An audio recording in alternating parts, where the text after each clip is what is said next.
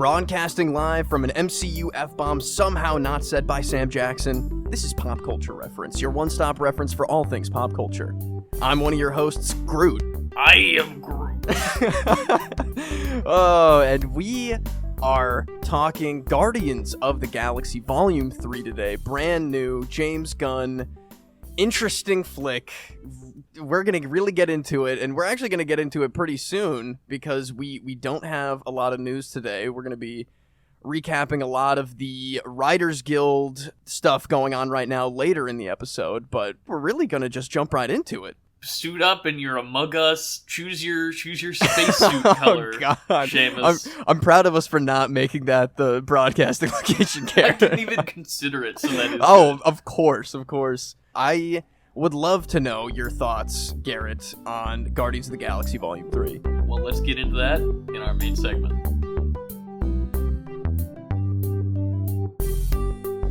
For today's main segment, we're jumping right into Guardians of the Galaxy Volume 3, as we just said a second ago. I bet you love that transition music. You gotta give the people what they want. Of and course, that is it's the Kevin jam. MacLeod. Yes, exactly. Our boy. So, Seamus, you and I saw this last night. I think we should talk first about our movie-going experience. Because we went Friday night, IMAX, 6:30 p.m. showing, like prime time. Opening night, weekend. damn it. You and I were both excited to see this movie. So was everybody else in our theater, I'll say that, but I think I've never been more pessimistic about the general movie-going audience than I was when we were watching the movie last night, because from the very beginning, we'll get into this in spoilers, from the onset of the movie, it has a dark opening, transitioning into opening credits that have a completely different tone than the first two Guardians of the Galaxy opening credits. It's a huge decision. It's a very big statement. Frankly, pretty shocking. I was expecting something very different. Our audience was, and this is going to sound harsh, but our audience was too illiterate to understand, even from that exact moment, that the entire film that they were about to watch was not Spider-Man No Way Home. And that this wasn't laugh about, clap, big time, cheer-a-thon that most Marvel movies have conditioned them to expect. They have been eating garbage for so long that they don't know how to watch a real movie. This is a 2.5-hour movie, exactly, I think 2.5 hours. And well into the third act, we were still having guys cheer and clap and woot and talk to the screen like they were watching some kind of interactive screening, when this movie is incredibly dark, incredibly difficult to watch. Frankly, after sleeping on it, this movie should be rated R. I think I might agree with you. It is an incredibly upsetting film, content-wise. After sleeping on it myself and having some thoughts right after the screening, I think it's a very well-done film. I really enjoyed I enjoyed the movie. I did not enjoy our experience with everybody in that theater who couldn't just, let a moment happen. You know, that was really getting to me, is that there were really incredible moments in this film that you need to just watch and absorb and think about for half a second. And literally on all four sides of us, there were people talking and explaining what is happening to the people they're with and on their phones. And like you were saying, it's like they went and paid for a ticket to a movie to wait for the moment that they thought was appropriate to whoop and holler and yell expletives at the characters on screen, like this was that kind of movie. And it really did dampen a bit of the experience for me, but the content itself is rough. Your rated R stamp on this one might not be altogether unreasonable. There's straight up gore. There's blood splatters. There are things that are in actual horror movies that happen in this Marvel film that really shocked me. We both didn't do a lot of research going in. We just knew hey, buckle up. This is going to take you to a dark place. And it went there tenfold. It was crazy. I really can't get over the 3-year-old who was crying after one of the first intense scenes, really intense scenes. That parent just let them stay the whole movie. It doesn't really let up. That movie is that movie for the entirety of its runtime. We should touch on, there is certainly some tonal inconsistency in this film. Yes. That is one of the major issues with it, but also when you have a movie that is hitting lows that are as low as the lows in this movie, emotionally speaking. There's no way for it to not be tonally jarring, I don't think. Yeah, I agree with that. There needed to be a little more balance because it was a lot of extremes one way or the other. Like the most upsetting thing you've ever seen in like a regular big blockbuster that is just like a sci-fi adventure. And then on the flip side of that, you have some bits that feel like they were pulled right out of like the Christmas special that, well, I really, really enjoyed the Christmas special. That movie is not the Christmas special. There is a lot more going on emotionally and dynamically with the story they're trying to tell that sometimes the bits got on me a little bit. As Tracy Jordan would want, I'll put it in Star Wars. It's like if you took the dumbest episodes of Season 3 of The Mandalorian and they were in the same movie with the darkest episodes of Andor. Oh, wow. That's a great way to put it. That's actually a great way to put it. I agree with that. It flip-flops a little bit, but the moments that work really override a lot of the moments that don't for me. I think overall, I enjoyed the hell out of this movie. You and I talked about this movie a lot more than we usually do before we record a podcast about the movie. And that's because there was a lot for us to digest and a lot for us to unpack. And I know I'm going to have to see this movie again to really articulate everything that I feel about it, which is an interesting place to be when we're recording a podcast about it. But I think that after sleeping on it both, I do have more problems with it than I did, 12 hours ago. Right. However, I do think I appreciate it more now after reflecting on it for a while. You were a little more hot for it than I was. I was a little lower on the scale, but I think we're kind of meeting a little more in the middle here as we've had a little more time to think about it. I'm interested to see more of the specifics that you might have reflected on when we get to spoilers, because I definitely have. But overall, I mean, performances, amazing. Like, this cast just really never lets us down. I think this is actually maybe the best Chris Pratt has been in any of these movies. Yeah, you know what? And especially there's a lot of interesting choices that I liked that while I thought this movie was going to be a lot more focused on him and the aftermath of Endgame and like that kind of adventure, it again lets this character be more interesting than just like any other regular MCU main character guy doing his Earth thing on Earth, doing all that kind of adventure. He did a really good job because it was a lot more pain than we're used to seeing Peter. I mean, he's constantly in pain. He has a rough life, but emotionally, personally, in a conflict that is like just himself, pretty much. It was very good to see. Everybody else still on their A game. Main man Dave Bautista. I was gonna say, so good. He's so good all the time. He had one moment in this that I won't spoil, but I was like, oh man, I've never seen Dave Bautista do something like this. I just really enjoyed him. I think this is also the best, and it's the best material she's ever been given for Pom Clementif, who plays Mantis. Mm-hmm. Really, all of the main characters were great, including the most Vin Diesel-y sounding Groot we've ever seen. Yeah, this version of Groot is just growing into Vin Diesel, apparently. I'm almost surprised they didn't give him like a weird flower tank top at some point. We are family.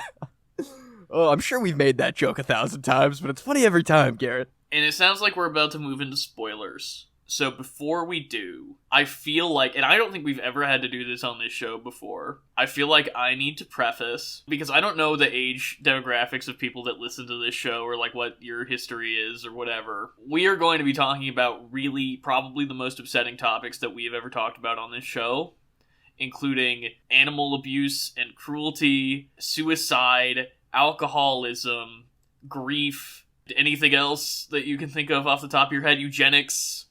Just general, like I said before, real gore and real violence, which is honestly very surprising for an MCU movie in general. So I would say any kind of Disney movie, any kind of movie produced. Yeah, that was a Disney movie. How many?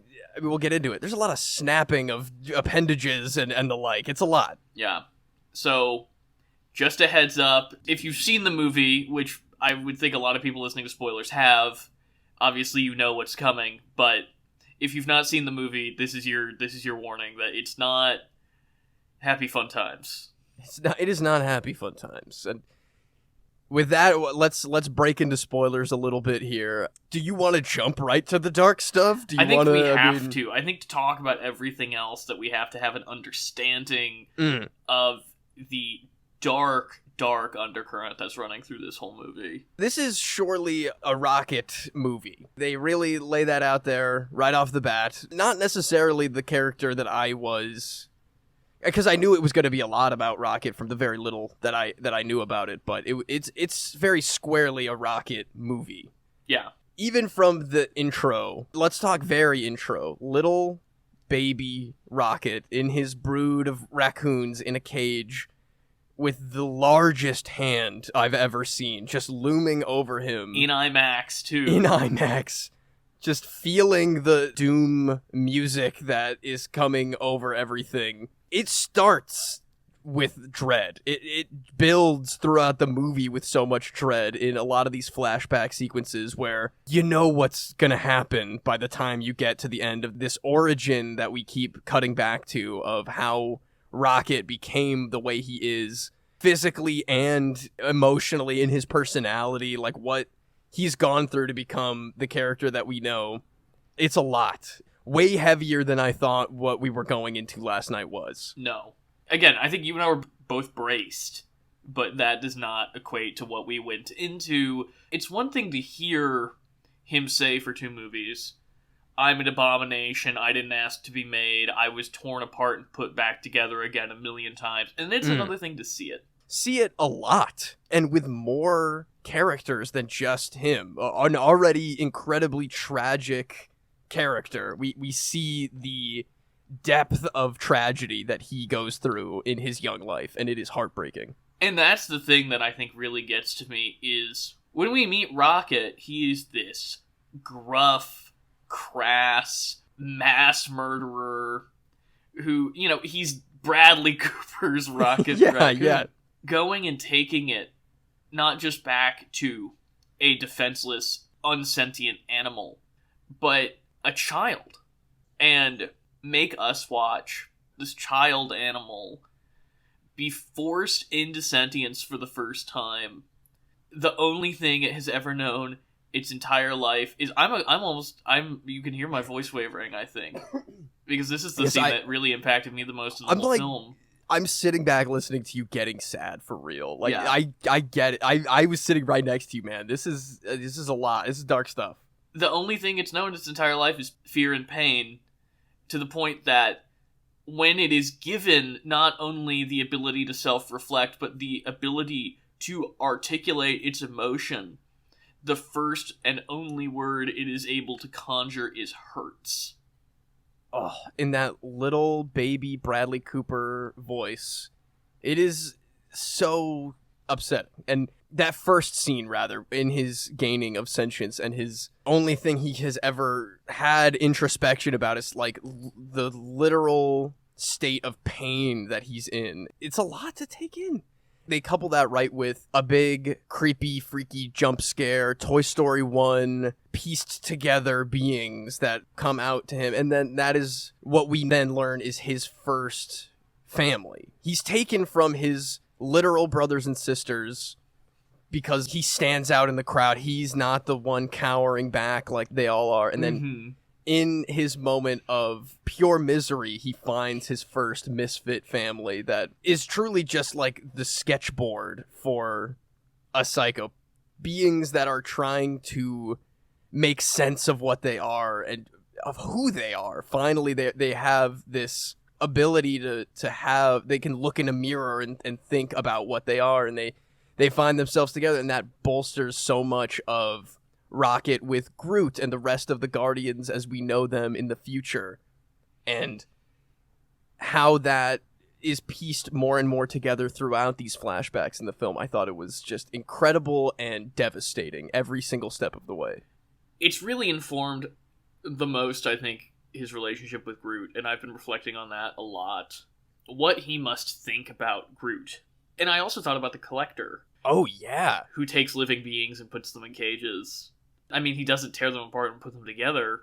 They make explicit in this film something which was already explored, I think, in Endgame, the relationship between him and Nebula and the camaraderie between him and Nebula, because they are both monstrosities who their entire life only knew pain and fear, and were replaced to be made better. You mentioned that he's the only raccoon baby that doesn't cower from the hand, and throughout the whole film, a running thing is the High Evolutionary, played horrifyingly by Chuck Woody, a Woogie, University of Wisconsin-Milwaukee alum, wants to know what makes Rocket special. Why is he the only one of the High Evolutionary's creations who exhibits true intelligence? I like the implication from that very first scene when he is the only one that doesn't cower from the hand.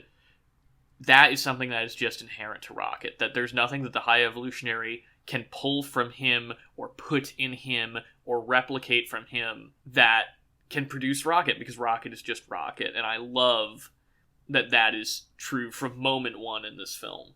I love the High Evolutionary in this as well, and his obsession with perfection and utopia, and being blinded to the fact that, like, a natural sense of intelligence or bravery or tenacity, whatever you want to call a baby raccoon not pulling away from a hand in a moment of uncertainty in that way. He's so desperate and crazy about, like, what is it that I can extract, and what is it that will fulfill my one and only desire as the High Evolutionary, which is very well written, as he is a snake eating his own tail. He's just an endless loop of upgrades and the evolution that he wants so badly that he is the designer for. And then the misfit himself, Rocket, is the key to the puzzle of he can't control that, and he's so blinded and enraged and crazy about what he wants to achieve in the galaxy that it just completely goes over his weird RoboCop head. And I really like that a lot throughout the entire flashbacks through the main timeline stuff. His entire characterization I really liked a lot, and the motivations that he was being driven by that were so clearly, like, the rest of the people, the Guardians themselves, everybody else, even the Sovereign connection that he has there. The people that are with him, his underlings, are not understanding what he is so obsessed with. I like that a lot. Sorry, Seamus, you said RoboCop, and I forgot to clap and scream and woot and cheer. Oh my god, dude. I couldn't believe that. Like, that's a good reference. He does kind of look like weird, gross RoboCop face glued onto a robot head, but just let it happen. Just let the character speak, damn it. I want to like the quips, but I like the quips less when everyone is just waiting for them with bated breath to let me know that they heard the quips. It drives me crazy. That's how they evolve. The High Evolutionary of Mickey Mouse has conditioned its audience to just eat it all and pretend that you're super hyped even when you're clearly vocally not understanding what kind of movie you're watching. I love at the end when Rocket tells him, you're never going to be satisfied, you're never going to be happy because you don't actually want to build a better world, you just want to tear down the one that's here. Incredible scene in their reuniting. What is that? Their face-off, their showdown after... It's not a trap if you know it's a trap, then it's a face-off. I was like, I kept almost waiting for a face-off, like a John Woo's face-off reference. I was like, he left Earth too early. He never got to see that masterpiece. That's so sad. Speaking of face-off, if the High Evolutionary, I mean, dipping our toe into the gore effects a little bit here. Mm-hmm. They rip the High Evolutionary's face clean off, like the Joker stapled it to his head. It's maybe almost surprisingly not even the most upsetting thing you see in this movie, violence and gore-wise. And I mean, it looks disgusting. His jaw is ripped apart from our previous flashback to what happened when Rocket figured out the scheme and started to escape with his friends, and ripping his face apart in a blind, angry rage. After his friends were gunned down in front of him, all of his little animal. Teefs, Lila, and Floor. The three characters that I knew were never, ever seeing the big blue sky. And every flashback, I knew that they weren't making it out. Even knowing that full well from pretty much the first time that they meet in that first flashback. seeing it happen, just literally just gunned down.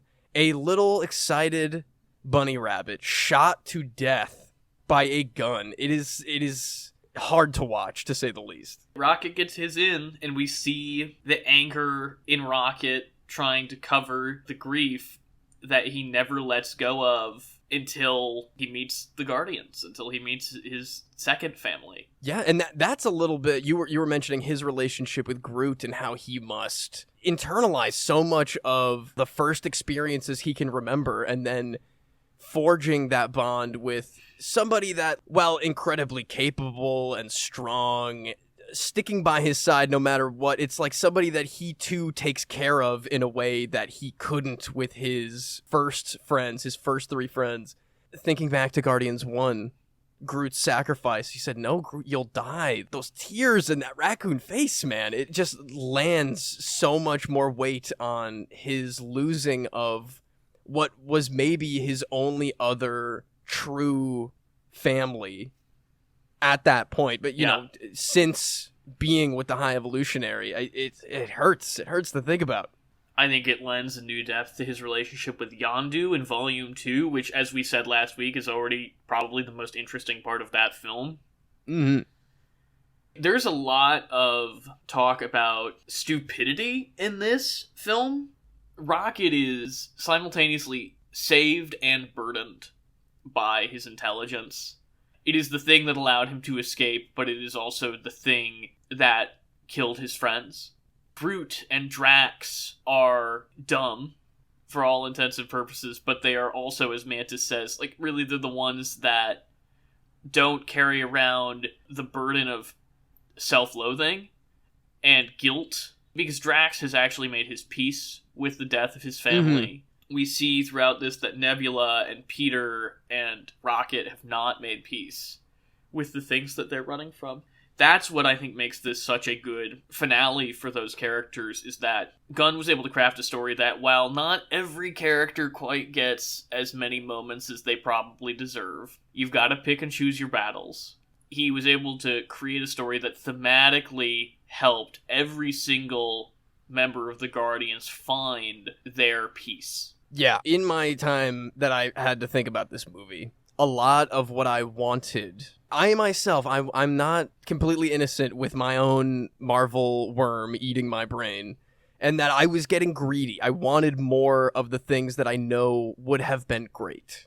I wanted more Kraglin, you know, God bless him. I wanted more Adam Warlock, who we haven't even mentioned, who I thought Will Poulter was doing a great job with. I really enjoyed that character and what he added to the mix.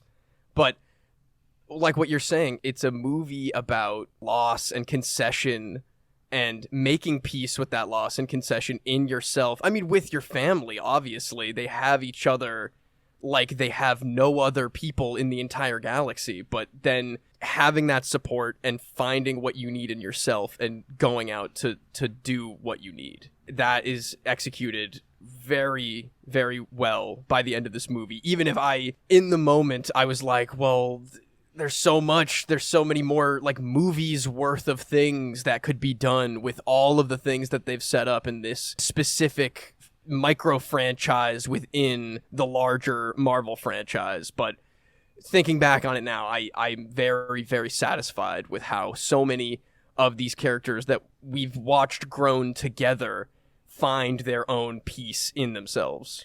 And that's why it's such a bold ending, right? Is because it is inherently unsatisfying.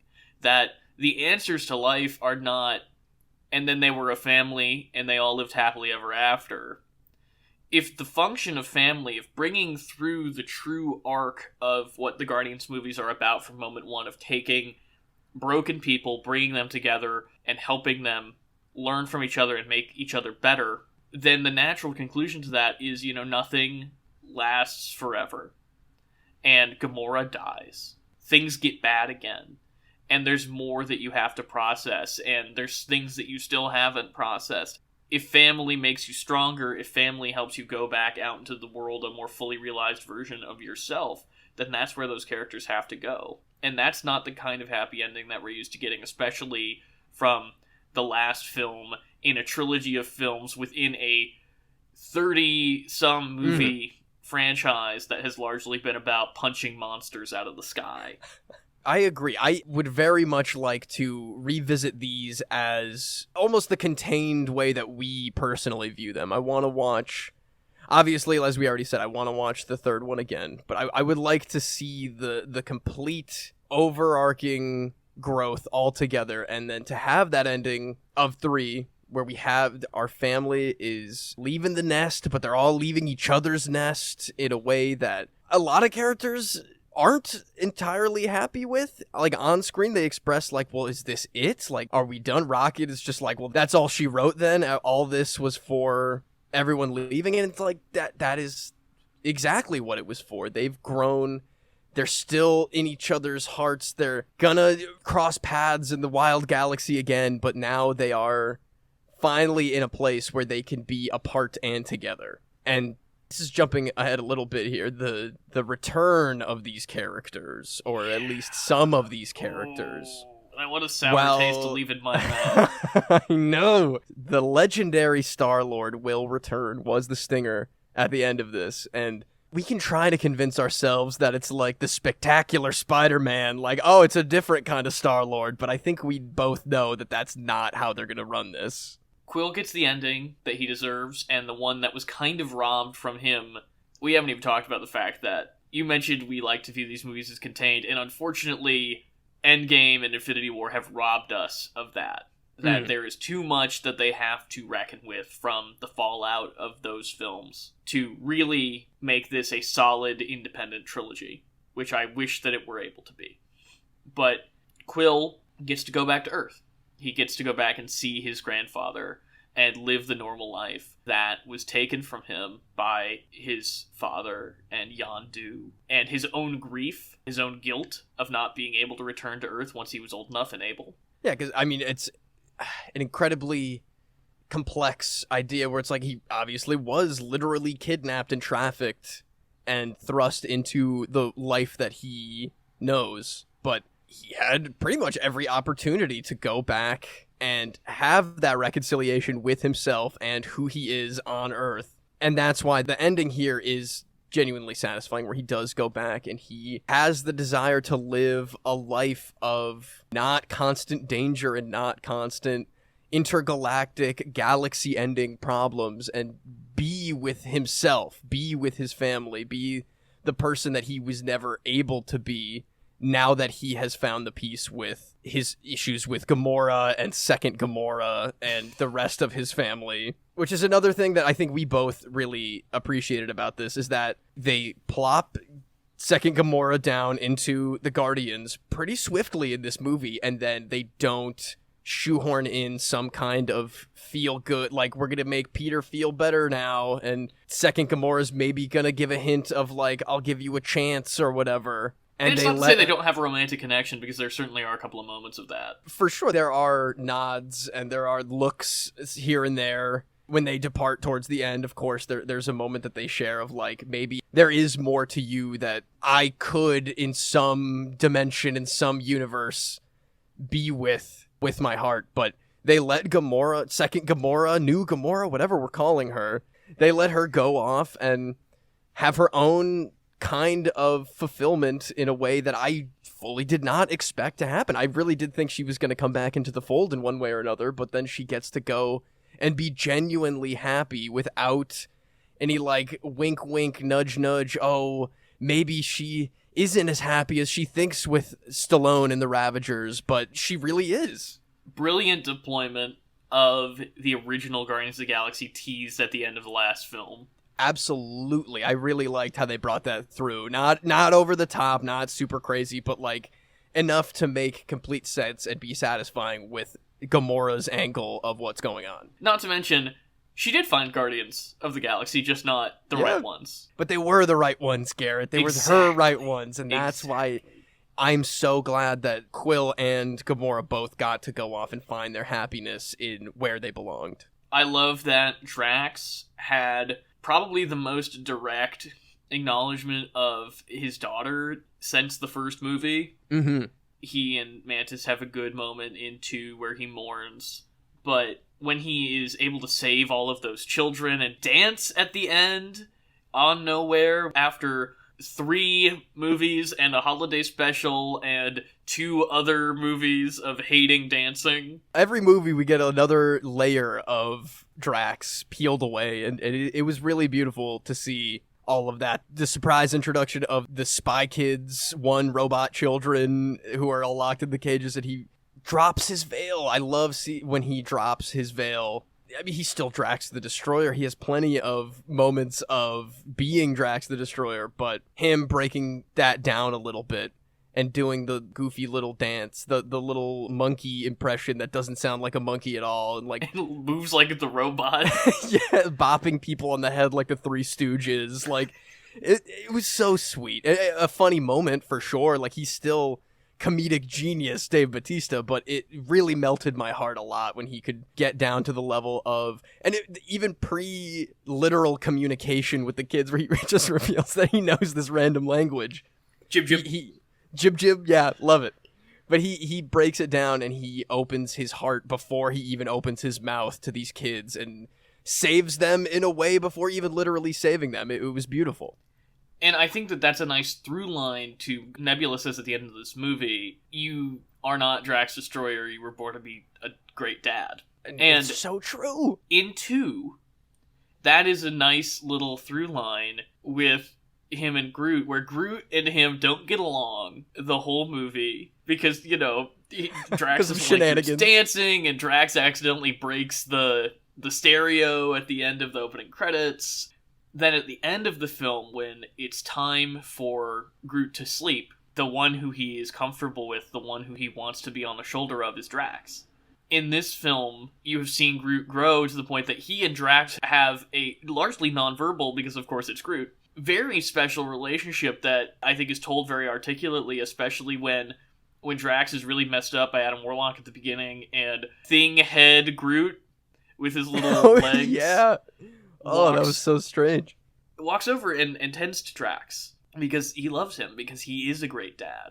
Drax is not part of the post-Guardians, is he, right? No, he and Nebula stay behind and rule Nowhere. Yes, that is right. You think he's like the sheriff of Nowhere? He's like beating down bad guys on Nowhere, maybe? Who knows? I would could love do anything that Drax. He's the best. I really do. I very much enjoyed him in this movie, and again, it's my greedy Marvel brain. I've got my Marvel movie, and I'm like, I just want more of all of these characters, and I know that that's not what this movie was doing, even if they do the stupid tease at the end. Whether or not Star-Lord runs into the Avengers on Earth and he needs to, saddle up with Thor again or whatever. I don't know what happened in Love and Thunder. Maybe Thor's dead, I don't know. But yeah, I mean, these characters are where they need to be, and I'm happy for all of them as if they were people that are real, and that's as effective as a movie like this can be, really, in the wrap-up phase of it all. I really appreciated that, and I guess I don't want to see Sheriff Drax or Mayor Nebula, because I know they're out there doing that, and that's where they're supposed to be. They don't need another Thanos. They don't need another High Evolutionary to come bring the gang back together, because the gang is already doing the gang thing. And then we do have that post-Guardians with Kraglin, and Rocket and Groot are still there. You have the kid that they saved who has maybe High Evolutionary powers. Mm-hmm. Cosmo's there, which, adorable, love her. And of course, Adam Warlock. And yes, who we've barely even talked about. Again, part of my greedy Marvel brain. I really liked him in this. I think Will Poulter did a great job.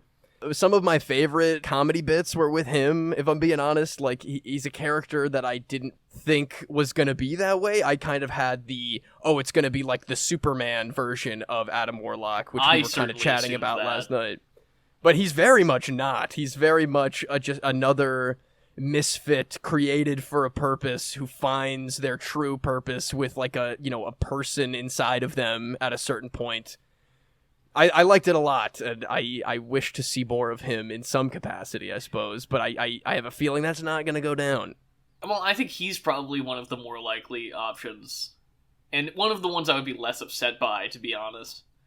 But I think you and I are both pretty much off the Marvel train. I think this is our stop. We're pulling the shoot cord right now. We saw the Marvels trailer again in front of this movie, and a couple weeks ago we were like, yeah, maybe we'll see that. And now we're like, man, whatever. Like, who cares? Monvolani looks funny, but I don't want to do a bunch of Marvel homework. I don't. I'm too tired. There's too much other stuff to watch. So much better stuff to watch, I'm sure. And a lot of people dropped off at Endgame, which is respectable. I think this is just as respectable as a drop-off point, I feel like, for the both of us. I needed to see this film. Guardians 2 is the Marvel film, as I said last week, that I value by far the most. I wanted to see what Gunn could do. If this were done by Taika or somebody, I wouldn't have cared. I would have seen it. Oh, yeah. But I wouldn't have cared. And I'm glad to be here now and have seen the finale that Gunn wanted to craft and truly be done. Because also, we haven't talked about Groot talking, Seamus. Another absolutely infuriating theater-going moment. What is certainly going to be the least understood moment in cinema in the year 2023. Oh my god. Where Groot looks around at the entire gang and says, I love you guys, and everybody in the theater goes, Groot can talk? Instead of understanding that pretty well done in the filmmaking is the fact that that is not actually Groot speaking those words, those English words. We are finally allowed to hear Groot as the rest of the Guardians are able to, as they are able to understand him. Exactly. We as the audience, having grown with this family, are now part of this family. In this final wrap-up, we get to be in their group huddle there. Like you're saying, they set up a great trail of, like, the other Guardians having to translate for Gamora, and then later her, maybe not literally understanding what he is saying by I am Groot, but feeling the intentions behind what he is speaking. And even that part of growth in this new version of Gamora, translating out back through the entire pod, the little contained pod of growth that she has in this one movie that we actually get to know her, and then us kind of attaching ourselves to that new understanding and being a part of the moment together. I can already just see articles being like, the craziest moment of the MCU, Groot finally learns how to talk. And it's like, shut up, just be in the moment. Stop trying to drag every moment through the Marvel machine that it is already trying to avoid. It sucks. It's also a nice mirror of the moment that the Guardians become the Guardians in Guardians 1, as Rocket would say, now we're a bunch of jackasses standing in a circle. Of course. Yeah, I very much clocked that as well. I do want to talk about a moment that was both frustrating for us on a theater-going level, but also frustrating for me on a thematic level the more I reflect on it. Probably the most, except for, our audience did love the post-credit scene where it said Star-Lord will return and everybody clapped and was like, wow, isn't that great that Star-Lord's coming back?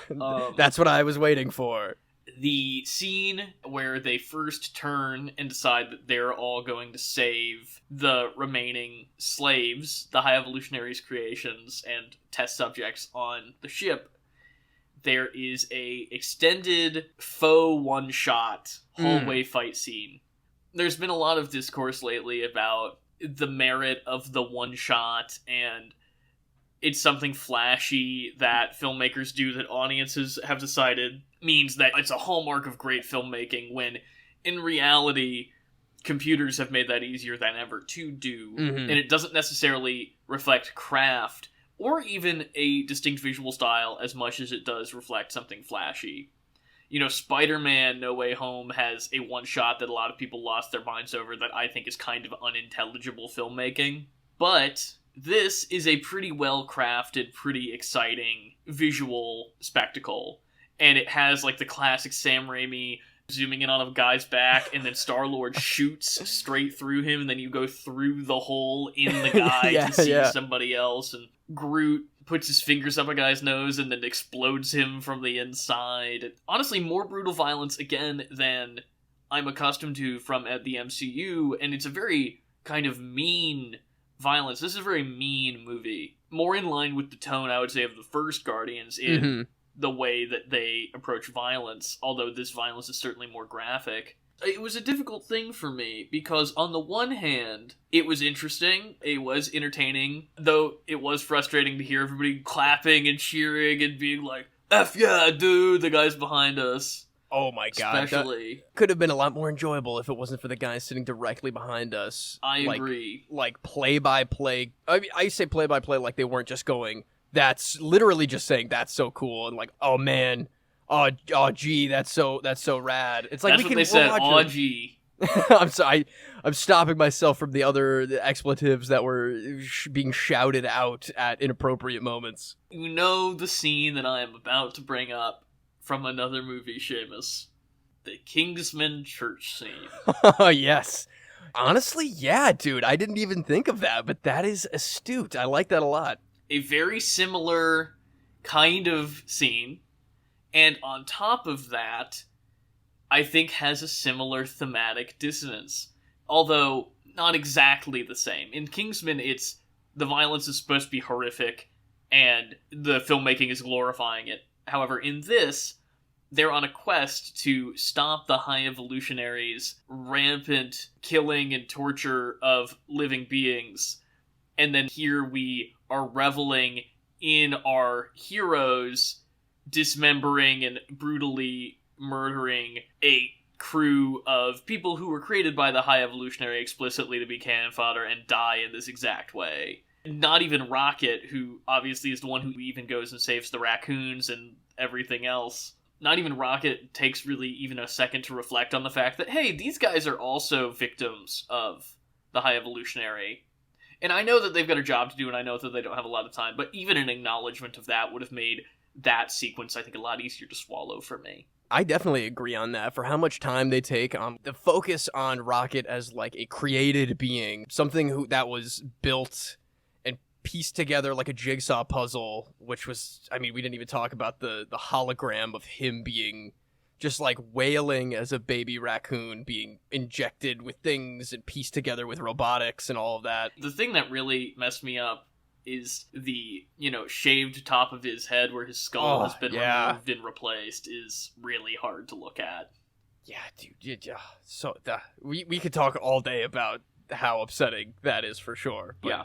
Being face to face with other creatures who were clearly put through the same cybernetic enhancement without anesthetic for some reason to make them like battle bots. I think that would have added a lot, actually, instead of like, well, I agree that the hallway fight was very exciting and well done with they're like swapping the different characters' focus, like it's the Guardians game where they're all executing their different specific moves, doing their whole thing, but kind of working together there. It's flashy. It's a fun, interesting battle scene, but that acknowledgement would have gone a long way, I think. And that's why it didn't work for me, as well as like some other more fun, crowd-pleasy moments that, while I do not think warranted the applause that they were garnered with in our showing, were good and well-written and enjoyable. I liked Kraglin finally figuring out how to use Yondu's arrow, and Cosmo defending him with her telekinesis. Mm-hmm. I really enjoyed the hubris of Groot being allowed through with 17 different guns. Yeah, tentacle arm gun massacre Groot just covering Peter Quill while he's also rolling around. I thought that was actually a really cool action moment. And one that has some thematic weight behind it. The High Evolutionary thinks that he is the greatest being in the universe, and that's really the reason that he resents Rocket, is because Rocket's even smarter than him. That's the moment that really bothers him, is that Rocket corrects him on something that he's doing wrong, and that's what seals Rocket's fate. There's a line that he has, someone's like, for God's sake, and he screams back, there is no God, that's why I'm here to fill his place, or something of that effect. You mean when the mutiny happens and everybody claps in the theater? Oh my god, dude. Because that mutiny could have done the thing that it was there to do. I think that's a good scene. I think it's a good moment, and I do think it's nice to see normal people say enough is enough and stand up for themselves. The idea that it's like they too are enhanced creations. They too are slaves of the High Evolutionary who are finally to the point of their own evolution where they're saying, we now are rebelling against our mad creator. And that could have worked so well, and then it got flattened by everybody just yelling like, yeah, they got the bad guy. I don't know why I did my craggling there for a second. Peter, they got the bad guy. You're a bad dog. I'm not going to go back on it. I'm not going back on it. I'm sorry. It's a good scene, I think. Yeah, with him and the collector guy from Guardians 1 and that other snarky Ravager guy who's like his partner who never really gets a name, who's like his co-pilot at some point. Is Marlon Brando's son, I learned today. Is that true? Yeah. That's crazy. What? That's such a strange role for that person. Another strange role that I very much enjoyed. Nathan Fillion, the most he's had to do in any of these movies. I really liked his role here. Is hysterical. Constantly Although I really did think he killed down. Drax for a minute. I really thought he did. I don't want Drax to die. At that moment, when I thought Drax was fully dead, I thought we were switching gears into this is where the Guardians start losing people on this quest as they go. Like, they're going to start one by one, they're going to be captured or killed. Peter's going to have to face his own extra baggage of, like, what am I willing to do to save my best friend, one of my family like members. Another Nathan Fillion property, the movie Serenity? There you go. Nathan Fillion should have joined the Guardians. I'm saying it right now. His weird flesh meat suit. Yeah, he should have been like, I'm bailing on my underling who I constantly talk bad about. Good bit. He does not waste an opportunity to talk about how that guy sucks, and I really did like that. He's incompetent. I got one of those. Like, yeah, you do, Nathan Fillion. Oh, I want to see the short that's just Nathan Fillion and that guy. Don't Marvel brain, Seamus. Don't Marvel brain. No, come on. The shorts, the Guardian shorts are good, and we know that, yes. Garrett. But I saw a tweet this morning that was somebody being like, Disney, I've got your Disney Plus show right here, and it's Rocket and Floor and Lila and Tease, and I'm like, what movie did you watch? Absolutely not. What are they talking about? That is such a... I'm almost insulted by that for the part of the movie that affected me the most, which is the eloquently done flashbacks that piece together Rocket's backstory. That's insulting to me that they would go back on that kind of moment where they're all killed in front of him because of his own actions, more or less. Like, that sucks. And then I want to touch on, because this is a Guardians of the Galaxy movie, the use of music in this film. Oh, yes, absolutely. Because it is decidedly different from the onset of the film than the tone of the music. I mean, obviously they use music in very different ways throughout the first two Guardians films, to express different emotions. But when your opening credits are Rocket walking around nowhere listening to Creep by Radiohead, and then a drunken Peter Quill yelling at him for borrowing his Zune without asking, you're in for a different kind of movie. Yeah, the intro that I was unprepared for. With the exception of the hallway fight, which now I can't even remember what song was set to. What was it? No Sleep Till Brooklyn? It was No Sleep Till Brooklyn. I think so. Which it adds another layer to our thoughts about that hallway scene, I think. At least it wasn't Freebird. Oh my god! But we talked last week about the Guardians of the Galaxy 2 musical numbers being euphoric, even the sad ones being euphoric in some way. And here it's like the opposite. The music, it doesn't get you that release or that excitement. It feels empty. It feels like something that the characters just need to keep moving. It's a dependency. It's not an actual release. Like when they play This Is the Day by the as they're on their way to save Rocket, and it's like it's not the hell yeah moment that it would be in another Guardians movie. It's okay, this is what we need to keep moving. And I think the idea of it being a dependency is brought full circle when Peter almost dies, and I believed was going to die when he drops his Zune. And then later off screen, gifting it to Rocket. He does gift it to Rocket, yes. He doesn't take it with him back to Earth. It's this thing, it's his token of Earth that he is giving up because he is getting what Earth is. He's getting his human life, and he doesn't need that anchor to keep him sane, to keep his humanity in his own type of way. And he gives it to Rocket, the person who probably needs it the most after how much we see Peter rely and really need that for himself in the other movies. And Rocket passes on that love of music to the new class of Guardians, who all are Yeah. talking about music in the final scene of the film. Because it's technically a mid-credit scene, but it's really just the last scene of the movie. Yeah. They're all talking about the different songs, and that's where Come and Get Your Love by Redbone, the very first song. Well, not the very first song, because the very first song is I'm Not in Love, I think, when Peter's mom's dying. But Right. the iconic Guardians 1 moment of the opening credits being Come and Get Your Love, then reprised at the end as a moment for Rocket to fully come into his own as the team's leader. Mm-hmm. And also, I mean, the lyrics to that song are just resonant with the themes of the Guardians trilogy as a whole. Come and get your love, right? Every movie is about the battle for the family that they have found. It's incredibly resonant.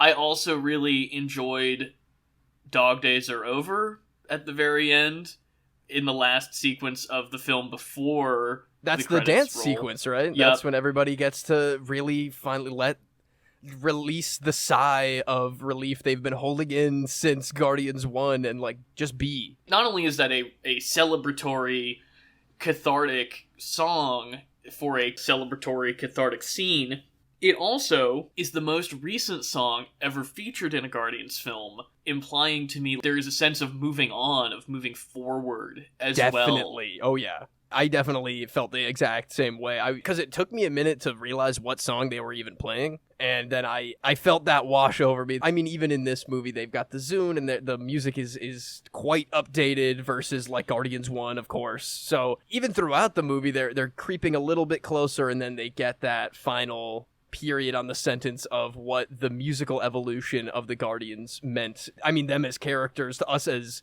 movie goers, people who are witnessing this on regular Earth, having so much more awareness of what these pieces of music actually mean. I thought it was incredible.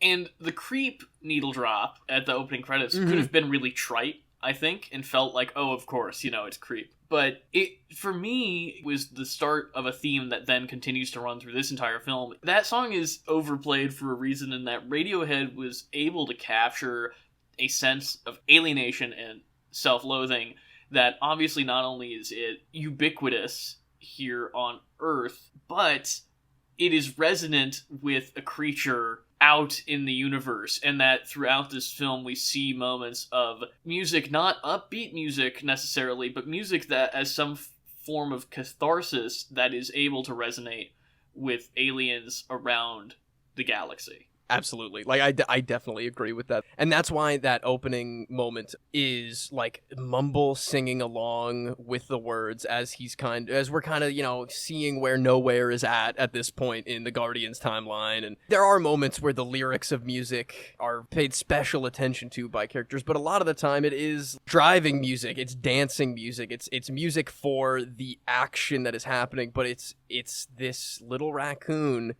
internalizing these lyrics from a band halfway across the galaxy that he feels in his chest, in his little robo kill switch chest that pushes it so much further. And then his drunken confrontation with Quill, and he's blacked out and pissed off, and how this little raccoon, he's feeling these lyrics probably every second of his life, and he's just having this moment to himself, and then immediately accosted and called names and by somebody who is, by his own words, like, they are best friends, and that odds with it in his own personality of that self-loathing comes around so well when the music at the end really flips that switch for Rocket, for all the other Guardians together in a way that dark opening really sets them up for. There's so much more to talk about, but I think we're going to have to call it, Seamus. And I'm sure we will continue to reflect and bring up this movie on this show as we go forward. And if anything, this conversation has made me very primed for you and me to find time to go see it very soon again. Yeah, exact same feelings about this. I want to see it again. I want to see it in a cleaner environment, damn it. Hey, maybe we'll do it like the Rocketeer, and every once in a while we'll just pop Guardians 3 into the schedule here and come back on it with more thoughts. I think if we ever have a reason, I pray that we don't, but I think if we ever have a reason to revisit Guardians 3, I would revisit Guardians 3 again. This is a film that I'm going to have a evolving and challenging relationship with. It is the most challenging film that Marvel has ever made. That's not even in contest, regardless of what you think of it. But we're going to go ahead and move on to our pop culture reference for the episode. Let's do it.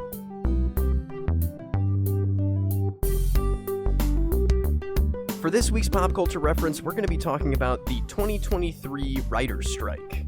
On May 2nd, 2023, the Writers Guild of America officially declared a strike to dispute practices from the Alliance of Motion Picture and Television Producers regarding streaming residuals and the use of artificial intelligence technology in writing development. Secondary issues in the strike involve things like mandatory staffing, healthcare benefits, and WGA pensions. The 2020 Minimum Basic Agreement, the collective bargaining agreement between the WGA and the AMPTP, only applies to the wages of broadcast television and film writers, leaving writers working for streaming organizations to individually negotiate and, as a result, get less pay than their broadcast and film counterparts. The NBA expired on May 1st, 2023, the day before the strike went into effect. During a writer's strike, writers cannot do any writing, revising, pitching, or discussing future projects with companies that are members of the AMPTP, which compromises essentially every Hollywood media production organization.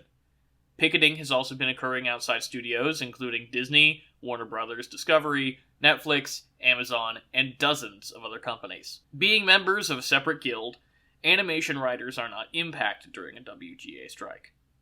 The last major WGA strike began in November 2007 and lasted for 14 weeks, sending major network television and film studios into a spiral. This resulted in a massive win for the WGA, with an estimated loss of billions for many of these prominent studios, and a writer's contract ratification which received a 94% approval from WGA members. During this strike, both Disney and Warner Brothers Discovery sent out letters stating that they expected showrunners and all other writer-producers to still perform non-writing services on projects for the studios. The WGA calls these A through H duties, and they are defined in the WGA contract as writing services that fall under the umbrella of struck work during this kind of labor dispute. It is also worth noting that while Disney and Warner Brothers Discovery are trying to define showrunning as a separate responsibility to writing work, both studios often push down showrunner wages to the WGA minimum. Though the strike has only been ongoing for 4 days as of the time of recording, highly anticipated projects like the MCU's Blade and the Community movie have halted production,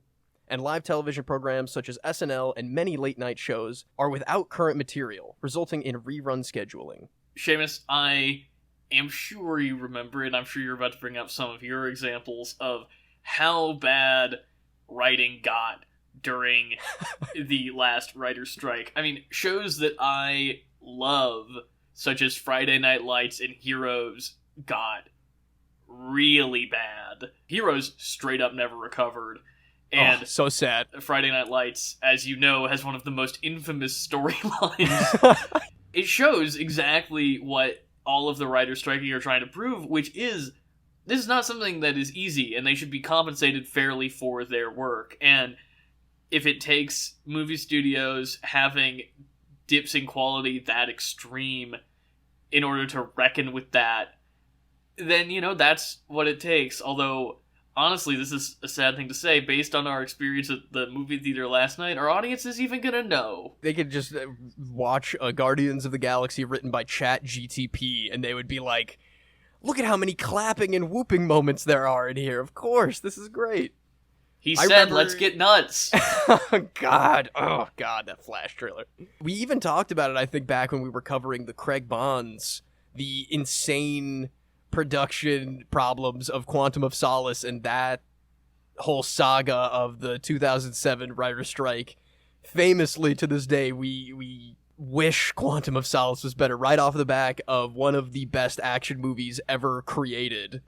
And it just got absolutely drowned in poor writing and editing that they were trying to wrap up during the writer's strike back then. And I can't take another Quantum of Solace, Garrett. I know I fully support this strike. They need to get the rights as employees that they are demanding here. Studios will push garbage. They'll push garbage even if it's written well, to an extent, but they're going to push what they have no matter what. I hope that those billions in losses start racking up fast again, because shutting down Blade, shutting down the Community movie, things that people genuinely are excited for, that's going to leave a mark for sure, and hopefully we won't have to go so long as we did back in the day. But with that moment of solidarity with our WGA brothers and sisters, do you want to kick it on over and save the rec center? Let's save it. Save the rec center! Now it's time to save the rec center, where we bring you our weekly recommendations.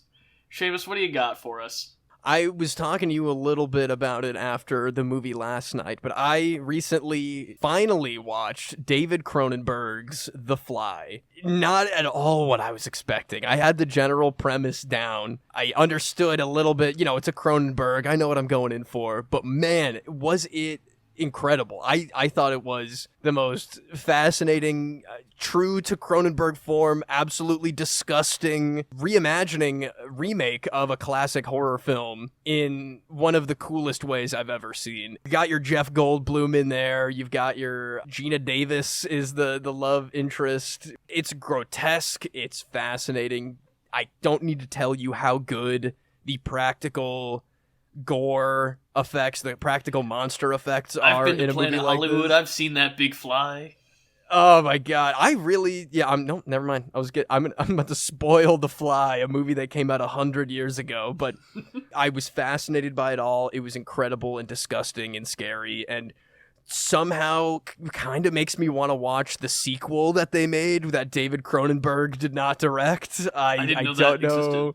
I don't know what that would do to me or if that would even be a fun time, but I just really, really loved this one. And I'm a big Cronenberg fan in general through and through, and this is one of the classics that I just never got around to for some reason that I'm really, really happy that I did. After getting it as a framed question a couple weeks ago, it jumped out at me when I was scrolling through, and I have never looked back. It was incredible. As Craig Ferguson once said, the producers of Fly were in a real pickle, and they were like, ugh, where are we going to find a guy that looks like a big fly? And Jeff Goldblum just walked in. Oh man, I was really expecting more giant actual housefly stuff, if I'm being honest, but that's not how it rolls. So Weird. Isn't that weird? Your stomach would probably turn at a lot of the things that you see in that movie, but it is so worth it. I'm ready to go. But what do you have to save the rec center this week? Well, I've been talking to you about this, so look at us. We gotta stop hanging out between podcast recordings, Garrett. I recently acquired a Nintendo Switch, and I have actually played no new games on it the entire time that I've had it. I have not touched Super Mario Odyssey, which came with a free download with the console. However, I am several worlds into a childhood favorite of mine, given new life on the Nintendo Switch, a Super Nintendo Entertainment System classic, Donkey Kong Country. It's a great game with great graphics, a very charming 3D aesthetic, obviously made with cells, great platforming gameplay with an interesting variety of worlds and types of platforming and enemies. It's pretty bare bones, we're used to these old school 2D platformers, but the classics are a classic for a reason, and it is just as good, if not better, playing it now on the Nintendo Switch as it was when I was 7 years old sitting playing with my Super Nintendo. That sounds like an actual blast, dude. I have always been very interested in that Nintendo eShop emulator section where they kind of have a lot of those classics of a lot of different eras, but honestly, you're not playing any new games. That's exactly how I would, be the exact same way. Nintendo specifically has the real classics. I experiment a lot with PS1 games on the PlayStation Plus service, and a lot of the times they're very clunky and they don't necessarily hold up as well as you think, but those old Nintendo games are the real deal. And I'm sure you are absolutely loving those save state files so that you could play them all the way through, which is maybe the best tech advancement in classic video game stuff in a long time. But I think that wraps us up for this week's episode of Pop Culture Reference, or should I say Guardians of the Galaxy Volume 3. Yes. If you want to reach the show, you can find us on TikTok, Twitter, and Instagram at PCR_podcast. email the show directly at popculturereferencepod@gmail.com. Like us on Facebook, follow us on YouTube, give us a like everywhere you can, review us, whatever platform you're listening on. It really helps the show out. Next week, Seamus, it is finally time.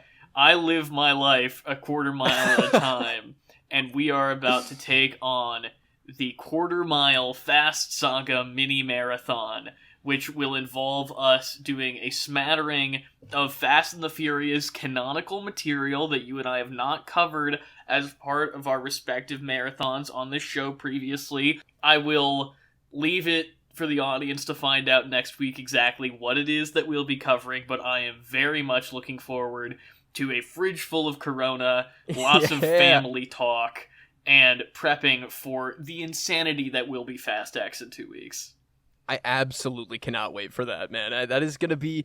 It'll be an interesting new mode of marathon that I hope we revisit, because it's maybe a little less intense than our traditional style, but I'm nothing but excited. I can already taste the Corona on my lip. Well, I will see you very shortly when you and I get to that, and for everybody else, you'll hear it next week. Smoke 'em, amigos.